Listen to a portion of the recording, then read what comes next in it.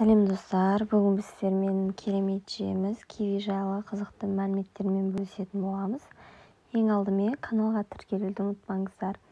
Киви бұл тек дәмді ғана емес, сонымен қатар денсаулығымызға керек нағыз пайдалы жеміс. Бұл жеміс киви құсының құрметіне осылай аталған екен.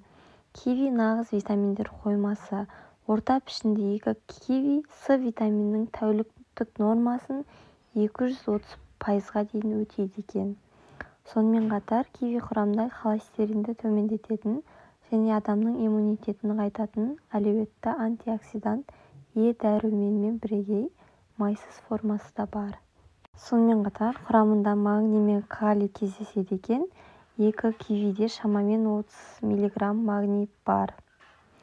Бұл киви калийге бай, онда калий мөлшері бананға қарағанда 2 есе көп.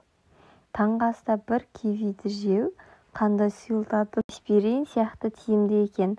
Сонымен қатар кивиді тұтынғанда жана мәселелер болмайды және ол әлдеқайда пайдалы. Тыныс алу үшін пайдалы. Зерттеулер көрсеткендей, кивидің құрамында С витамині болғандықтан ол тыныс алу органдарындағы ауыртпалықты жеңілдетіп, қырылдаудан және жөтелден арылтады. Сонымен қатар көру қабілетін жақсартады. Киви туралы көбісі біле бермейтін деректерге көшсек, киви жемісінің құрамында флавоноидтер мен каротиноидтердің әсері бар екені дәлелденеді. Олар ДНК-ның тотықтануынан қорғайды және рак клеткаларының пайда болуына жол бермейді екен. Кивиді өз денсаулығы мен сымбатына назар аударатындай жақсы бағалайды. Оның құрамында калория аз және май жоқ. Дегенмен киви ас қорыту жүйесі қалыпты жұмыс істеу үшін қажетті талшықтарға өте бай болып келеді. Кейде кивиді шамадан тыс қолдану тағамдық аллергия синдромына дамытады.